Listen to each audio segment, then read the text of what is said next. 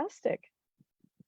All right, welcome everyone to our webinar, our Thursday webinar today. I'm Liz Perry, president of Chaco Canyon, and absolutely delighted and honored to have artist Michael Namingha with us today. I'm just going to do a little introduction before we switch over to our presentation. We always begin with our land acknowledgement.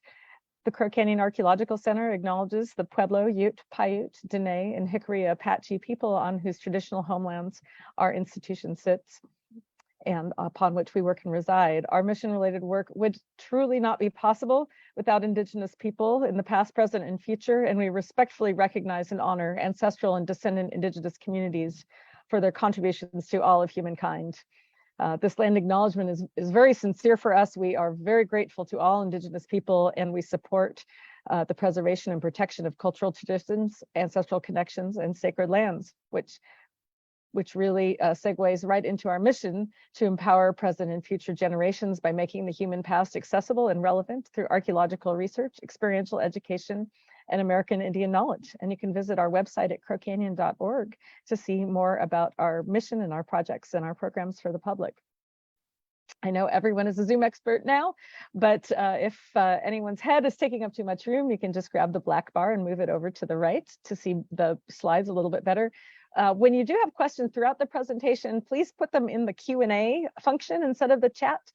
People get to chatting in the chat, and sometimes the questions get lost, but we will track them and make sure that we see them if you put them in Q&A. We are live streaming on Facebook right now if you have any trouble with the Zoom, and you can always find our recorded versions of these webinars on our YouTube channel. In the next couple of weeks, we have some more fantastic presentations coming up through the lens of a Navajo photographer with Priscilla Tishani next week. And then after that, an update on Bears Ears National Monument, digital documentation and virtual guided tours with Whitney Peterson and Jared Lundwell. We hope that you will join us for that. Without further ado, I'd like to go ahead and introduce our speaker today, Michael Namingha, who was raised in New Mexico, where he still lives and works, as well as working in New York. Michael went to the Parsons School of Design in New York and to the Santa Fe Art Institute. The title of this presentation, Altered Landscapes, was also shown recently at the El Paso Museum of Art last year and at the Museum of Contemporary Native Arts in Santa Fe. I felt very privileged to be able to see it when it was displayed there last year. If you're not familiar with Michael Namingha's work, he has his art in permanent museum collections all over the country, throughout California, Colorado, New Mexico, Arizona, and in the East, New Hampshire, New Jersey, Massachusetts. We are incredibly honored to have you in our humble webinar series. Michael, thank you so much for joining us. I am going to stop my share so that you can move on to your presentation. Good afternoon. Thank you for inviting me, and thank you for joining us tonight or this evening.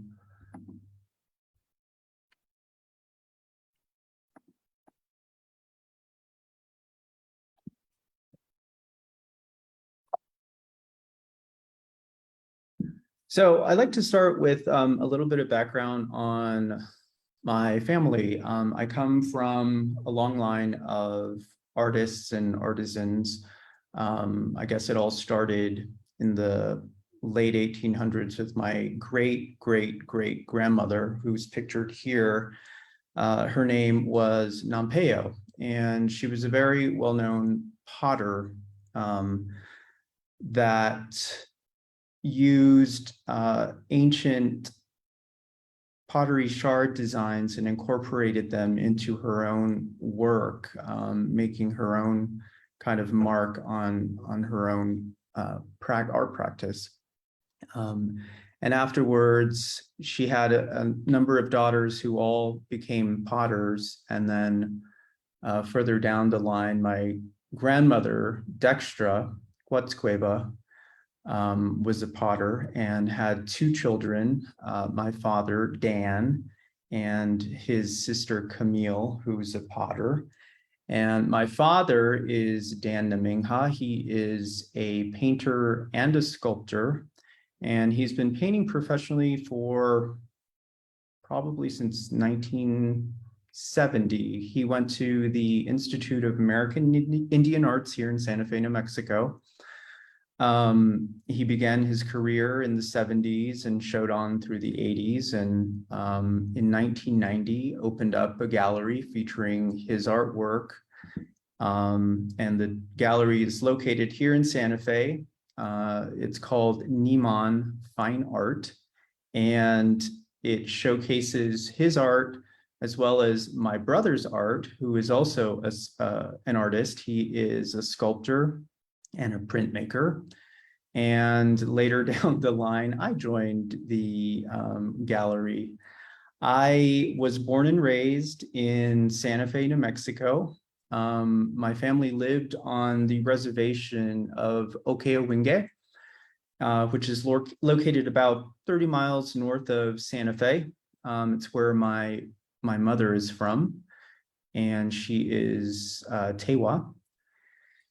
So we lived on the reservation till I was about 10 years old, and then my parents moved to Santa Fe, and I went to junior high, high school.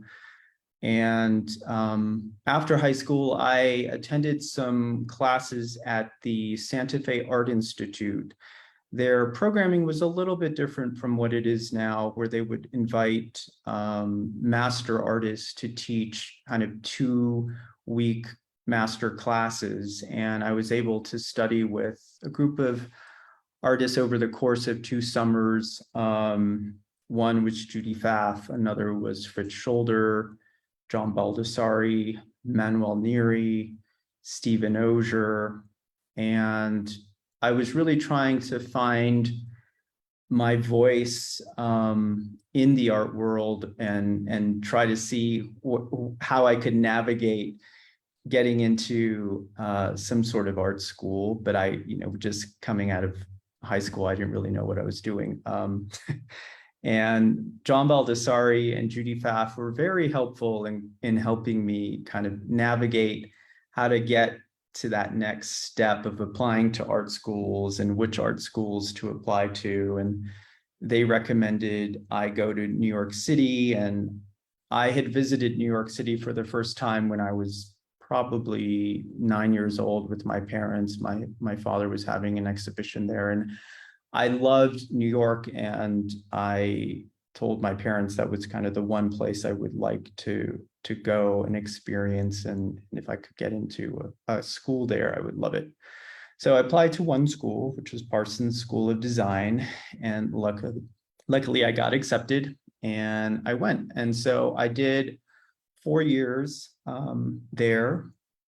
And upon graduation, I came back to Santa Fe and started exhibiting my artwork, luckily, through my parents' gallery. And it took a while for me to truly find my voice. And I was experimenting with a lot of different mediums, if it was sculpture or digital art or video art. But I was always kind of drawn to a very graphic medium. And I would work a lot with text and a lot of statements relating to current issues, whether it was popular culture or political. And in the process, I started to experiment with using photography and text-based work combined together. And finally came removing some of the words and just working directly with photographic images. And this was probably in 2014. I started a series called the Galisteo Basin. And I was kind of hunting for a very idealistic, romantic landscape with this approaching storm that I saw one day. And so I got in my car and I started driving, following a storm, and I drove out to Galisteo and I took this image and I was photographing the cloud formations. And on my way out to Galisteo and on my way back to Santa Fe, I noticed all of these signs along the road that said no drilling in Galisteo, no oil in Lamy, and I wasn't quite sure what those signs meant. And so when I got home, I started to do some research about that and found that oil companies for a long time have been wanting to drill in the Galisteo Basin. And it's this beautiful open vistas and beautiful northern New Mexico landscape. And so I really started to think about what this landscape means to me or meant to me, and having grown up here, how I experience it. And so when I started to think about pump jacks being installed in this picturesque landscape, I decided to incorporate these blocks of color that block out a piece of the landscape that may not be there someday.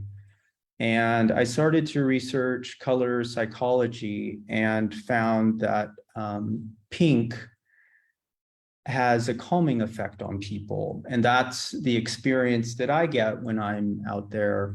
And so I chose pink to incorporate into some of the photographic works from that series.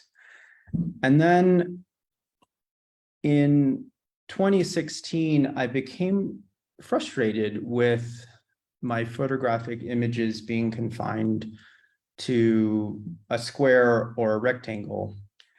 And so I started to think about how I could experiment and remove photography from the confines of a square or a rectangle.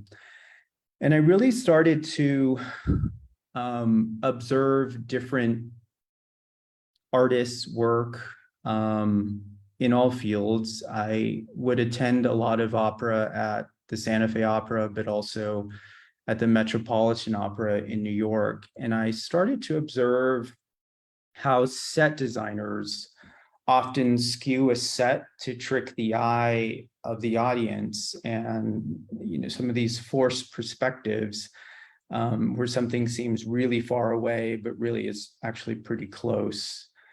And I also started to look at the work of Ellsworth Kelly and Ronald Davis, who were doing paintings on shaped panels. And some of them, because of the shape, appear to float out of the wall and almost have this three-dimensional quality to them. And I was really drawn to that. And I was trying to think of how can I apply that to photography. And I was also listening one day to an artist presentation by Aaron Sheriff at the Dia Foundation in New York City. And she was talking about Donald Judd and Donald Judd's work. And she had done a residency program down in Marfa. And in her research, she discovered that Judd didn't like to have his work photographed or depicted in photograph because you couldn't move around the photographic image. And so that was partially how I came up with this concept of distorting photographic images and giving them this shaped aspect that when you look at them, they are two-dimensional works, but from different angles, they take on almost a three-dimensional quality. And so the black shard in the middle of this piece is ripping through the landscape. And so it's kind of taking that first part of my Galisteo Basin series to a different level and adding this new shape perspective to my new body of work. And then in 2016, I read an article about a development project that was proposed to go in on the rim of the Grand Canyon called the Escalade Project. And it called for a gondola to be built and descend down into the area of the confluence of the Little Colorado and the Colorado River. And for many years, that is the place of emergence for the Hopi people, referred to as Sipapu. And this development also was proposing a hotel and a residential area and to house some of the workers. And so I was exploring some Google Earth images and aerial images of that area, and came up with this series that I titled my Grand Canyon series. And again, it's these shards of color. There's two pieces here, the turquoise cutting through that landscape to represent what this Escalade project represented to me. I mean, is this real desecration of the land. And in these pieces, I had different mounting points on the back of the images. So you'll see in this image, it's hung vertically, and in the next one, it sort of changes perspective if you hang it horizontally. And so both of the pieces are like that, and they can be flipped or turned depending on either how I want to place them or wherever they're exhibited. I leave it up to the curators to play with them. In 2017, my brother, my father, and I had an exhibition at the Santa Fe Botanical Garden, and it was exploring landscape, just because my father's work and my brother's work, a lot of what they create relates to the landscape that we all grew up in, which is the landscape surrounding the Hopi Reservation and also the northern New Mexico area. But I have a friend who is a writer by the name of Terry Tempest Williams, and she was giving a talk here in Santa Fe. And she began her talk with a series of words that she just recited. And she said, acorn, buttercup, fern, mistletoe, pasture, willow, nectar, ivy, dandelion, and ash. And then she said, these are all words that were recently removed from the Oxford Junior Dictionary and replaced with words like blog, MP3 player, and chat room.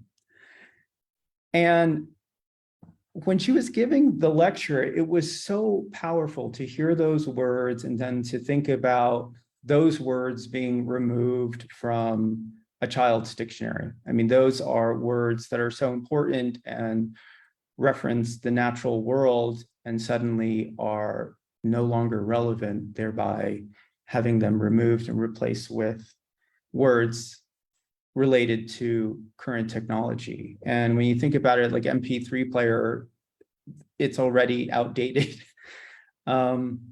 So when it came time to consider works for the botanical garden, I came up with this piece, and it's titled AWOL, absent without leave. And I took those words that she recited that are related to nature, and I placed them in the garden in the shape of a zero, since zero represents an absence of value. And then I moved on to an exhibition I had at the Georgia O'Keeffe Museum in 2018. So the Georgia O'Keeffe Museum has a program called Contemporary Voices, where they invite contemporary living artists to create a body of work in response to O'Keeffe's work.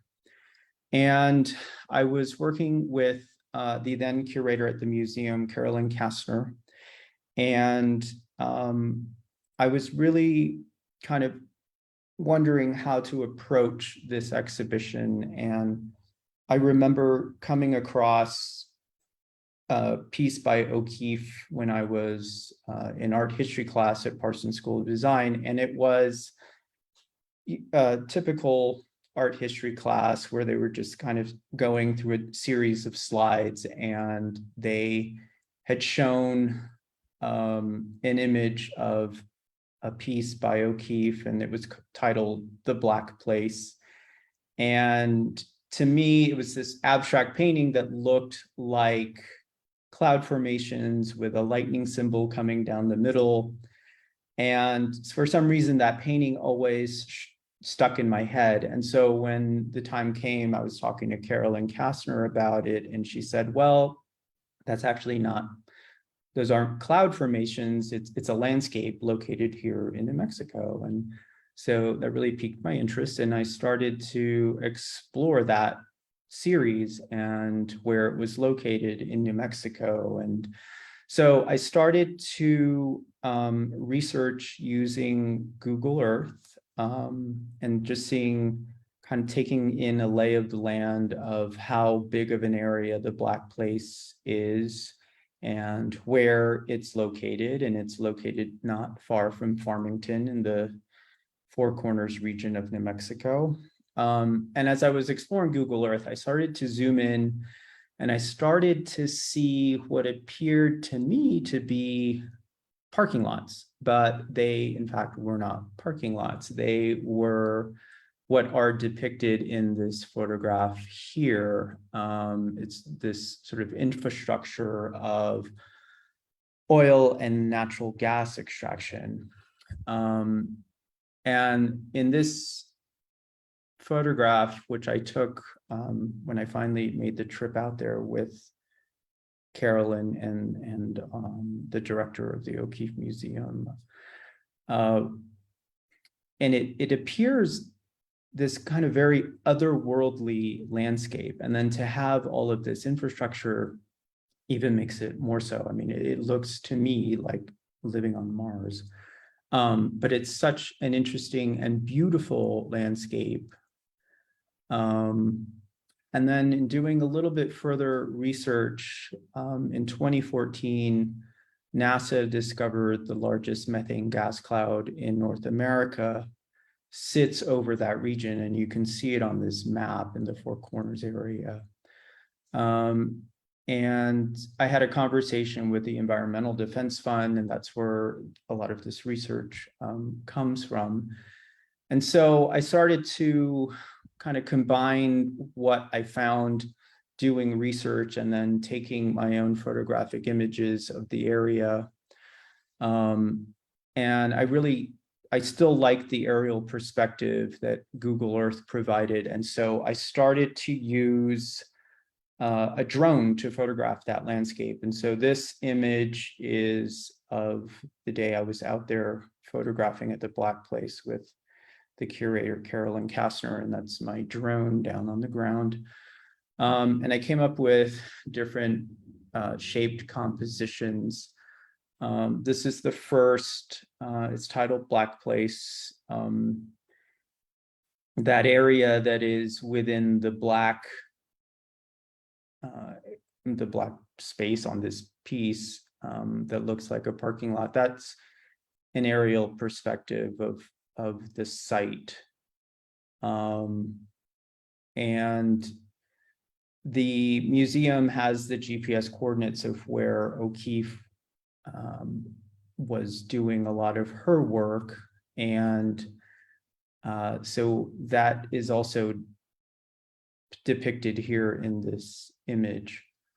And then sometimes it's hard to describe the three-dimensional quality of my work. So here's another piece from the Black Place series, but it'll give you kind of an idea of how these pieces kind of change shape when you move around them.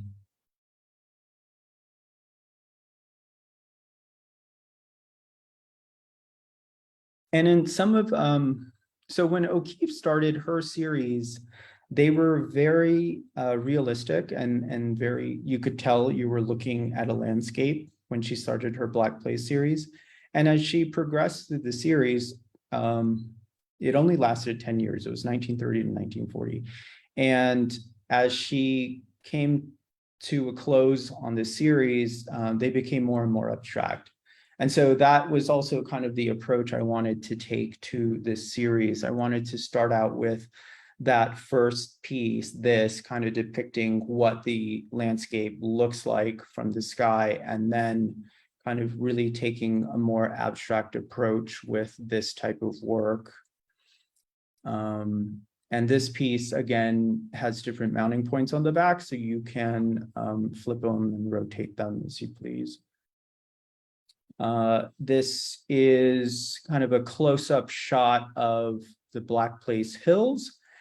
And I chose to incorporate that red to signify what is happening out there. And so I chose to use red in some of the composition as well as yellow in reference to the infrared satellite images that were discovered in 2014 by NASA. This is also another work from the Black Place series, also incorporating that red color that reflects the methane gas cloud. In 2018 and 2019, I participated in a program at the New Museum in New York City for artists working within the technology sphere. And I was still working on a lot of landscape that was related to New Mexico. So it was a little bit strange for me to be in New York City and still working on artwork reflecting my own hometown. And toward the end of the year-long program in June of 2019, there's this occurrence that happens in New York City that they call Manhattanhenge.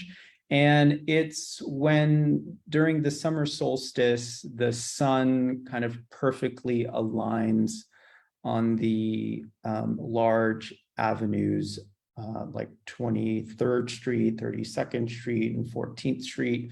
So if you walk on any of those cross streets, you can, at sunset, you can get the sun perfectly aligned between the buildings.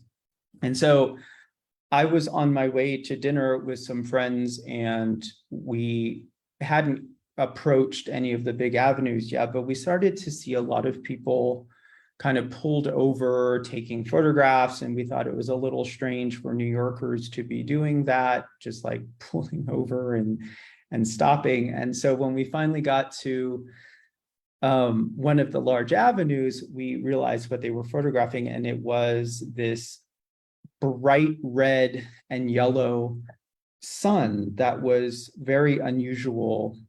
And it turns out that Canada was having a series of fires, and the smoke was drifting down into Manhattan. And so it was altering the sunsets that we were seeing for a few days. And so I started to think about the fires that we have here in the West. And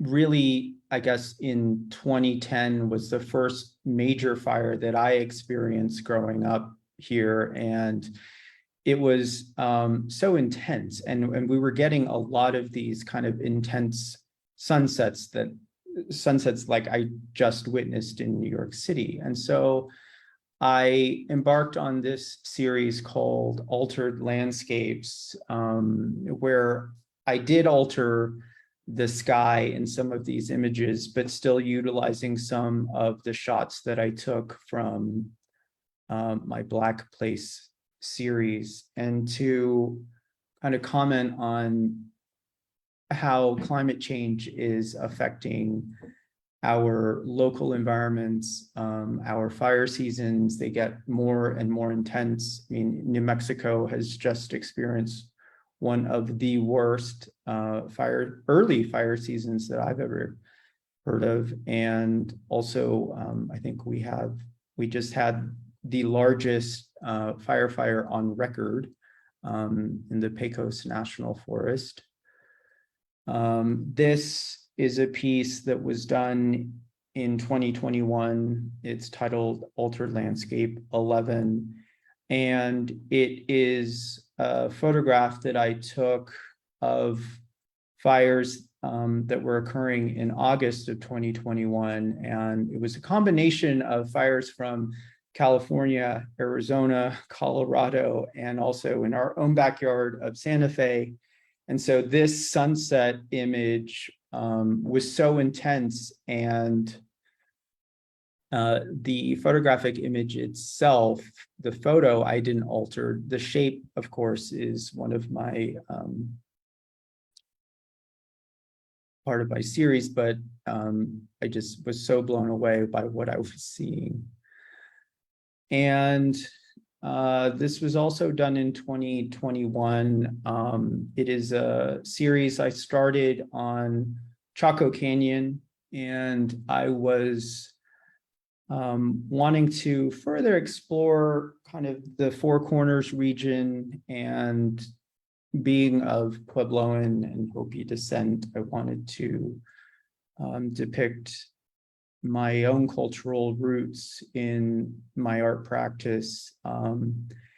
And being out at Chaco is such a moving experience. But in this image, you know, I had this really kind of topsy-turvy feel about what I was experiencing out there, considering, you know, what I witnessed on the drive out there alone, and seeing the different pump jacks, and just how close the oil and natural gas extraction is getting to this area, and what it means to me, and this very sort of surrealistic quality to the landscape.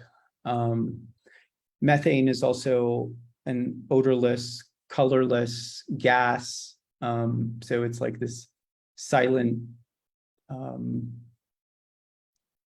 toxic environment that you don't really know you're in the middle of, but it's kind of silently there. It's a little spooky. And that will conclude a presentation of my work. I guess we can go into the question portion.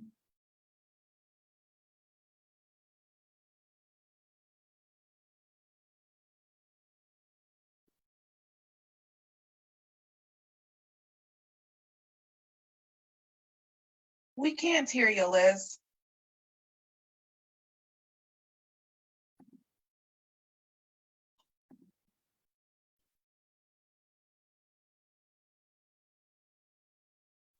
Nothing yet. Give us just one moment while we hash out some technical issues.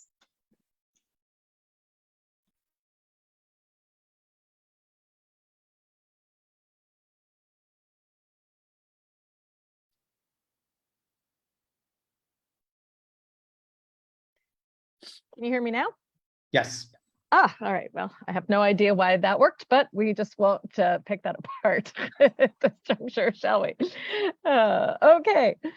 Well, we definitely have some questions coming in. I'm going to just go ahead and ask some of the ones from the audience. One of our attendees asked, how do you go about the process of figuring out how to organize the pieces of the photo you're working on? Do you cut up a hard copy, or use computer graphics, or another method? And kind of in a related question, someone wanted to know how you create the different shapes of your photos. Yeah. Those together. So I take a regular photographic image that is usually a square or a rectangle, and then using Photoshop, I break up the image and often duplicate them and layer them on top of each other and distort the shapes. So it is all done using Photoshop. And then I work directly with a photo lab in New York City, and we print the images and then we have them laser cut in the shapes that they are. Oh, great. So someone had asked in the chat, what are the shards of color made of? So is that digital in that sense? Yeah, so they're all part of the same photographic image. So the different colors I choose are usually related to some sort of scientific research that I've come across, or something that just kind of coincides with the series that I'm working on. Absolutely. A couple of comments, observations, I guess, from the attendees, if maybe you wanted to respond at all. There was a comment that said the picture with the words in the shape of a zero also looks like they are arranged around a grave, a metaphor maybe of a grave site of words. Yeah, is that something you were trying to convey? That was kind of why that site area was chosen, because I had originally I thought about placing those labels throughout the botanical garden, but to place them where a plant should be. But then at the very end of the exhibition, when you were exiting, we kind of found that empty space, and when we laid them there, that's what a lot of people said. It's sort of like this little grave site of words. That's wonderful metaphor. Sort of a couple comments I wanted to combine, a comment and a question. Someone had mentioned, that they love the combination of traditional and contemporary themes in your work, and someone else had asked what has been the response from the more traditional Native artists or elders in your community. I don't really know. I haven't really asked anyone. No one commented me directly about some of my images, so I don't know. No, good. Well, that kind of leans into a question that I had in my mind, or more just something if you felt comfortable reflecting on, is you talked about the rich history of famous artists in your family, and in your community, and I was wondering if you would talk a little bit about more how family, culture, community, history has maybe influenced your thinking and your artistic tradition.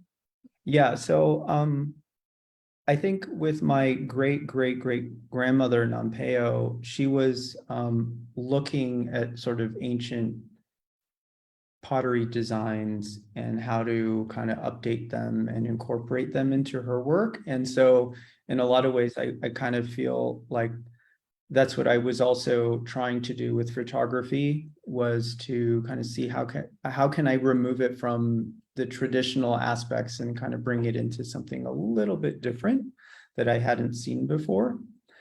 And there's an interesting exhibition that's coming up at the Museum of Indian Arts and Culture in Santa Fe titled Grounded in Clay. And it's a partnership between the School of Advanced Research and the Vilcek Foundation in New York City.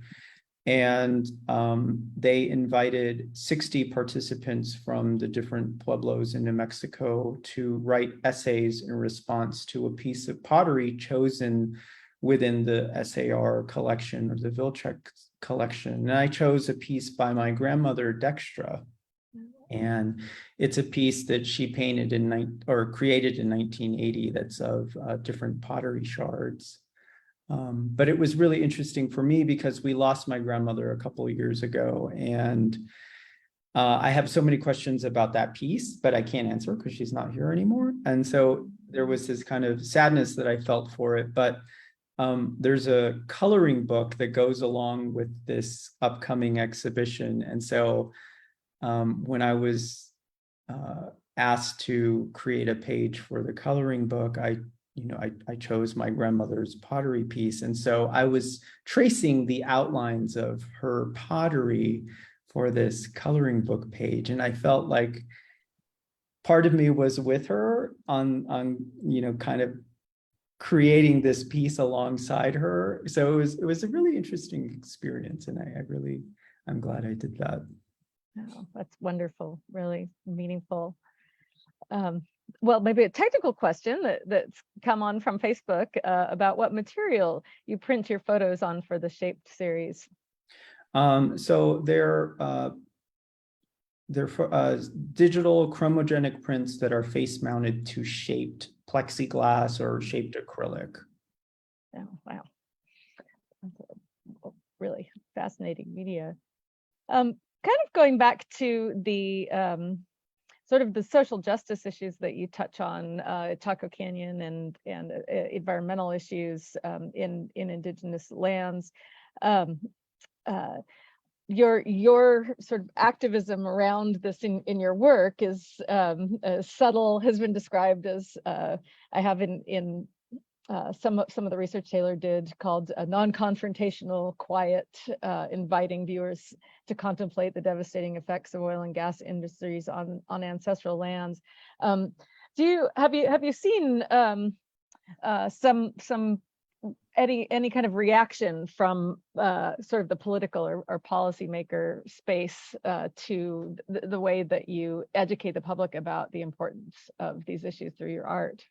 I had a conversation with the Environmental Defense Fund at one point, kind of maybe just how you maybe like my work conveying their message, but through art, because that's not really, I guess, an avenue that is part of their mission. And I do like to credit them when I do make presentations, because I did use a lot of their research, and I did have conversations with people that were the ones that were doing a lot of that research and are currently still doing that research. That's great. Yeah. We have a comment that came in from one of the viewers about your grandmother Dextra. Actually, one of our long-standing board members at Crow Canyon said that in 1990 we had a trip where she walked an ancient site littered with pottery sherds with your grandmother Dextra. She talked about how these ancient shards influenced her, and I've never forgotten that. So That's cool. kind of fun to have that connection with some of the viewers today from the family. Well, from you talked a lot in this presentation about these recent exhibitions and your current exhibition. Is there a particular exhibition from the more distant past of your work that you still think about a lot today, or that has influenced some of your more recent exhibitions? I think going back to the O'Keeffe exhibition, that really kind of it made me think about my work differently, and it continues to inform my practice and how I approach my own work. So I'm grateful for that experience. Yeah. Where do you think you're going next? What's in the future for you and your art? Well, environmentally, I mean, it's really sad, but it's like every single day I read something new about something happening. And right now, we're experiencing all of these fires in New Mexico. And while I was presenting, I could hear outside it's finally starting to rain. So that's a good sign. But yeah, I was photographing some of the large cloud formations that were coming due to the fires, because some of them look like mushroom clouds to me, and there's almost this like very scary aspect to seeing that in your own backyard. And there was one in particular a couple of weeks ago that was so large that it created its own storm system. So that's probably going to be my next series will depict some of those images. It is kind of depressing in some ways that there's so much material out there for you to draw on that theme right now. Yeah. We've had a couple of more questions come in from the viewers. Returning to the influence that you had from Georgia O'Keeffe, one of our folks asked, during your Georgia O'Keeffe explorations, did you notice if the pristine views she used as subject matter had been I suppose they mean later intruded on by infrastructure, oil rigs, pipelines, et cetera? Yeah, that was what really I think drew me to that landscape, was because in my mind I was seeing it as this pristine area, but I also found out that there was natural resource extraction occurring when she was doing some of her work back then as well. Connecting through those themes through time. Yeah. So one of your fans asked if I remember correctly, some of your early work contained photographs of words, and your newer work are nonverbal images. Have you considered adding any words to some of your fractured images? Yeah, I'm constantly experimenting. Sometimes I'll even put words into the piece and then I'll take them out. Understood. Yeah, I'm always attracted to words because they, you can say a lot with just one phrase. Yeah, no, absolutely. Well, and the visual images are so need no words and on a lot of levels. And someone noted in the chat that from an environmental perspective, there is a perpetual haze over the four corners now that wasn't there 30 years ago. And hopefully some of that haze will improve in the future. Yeah.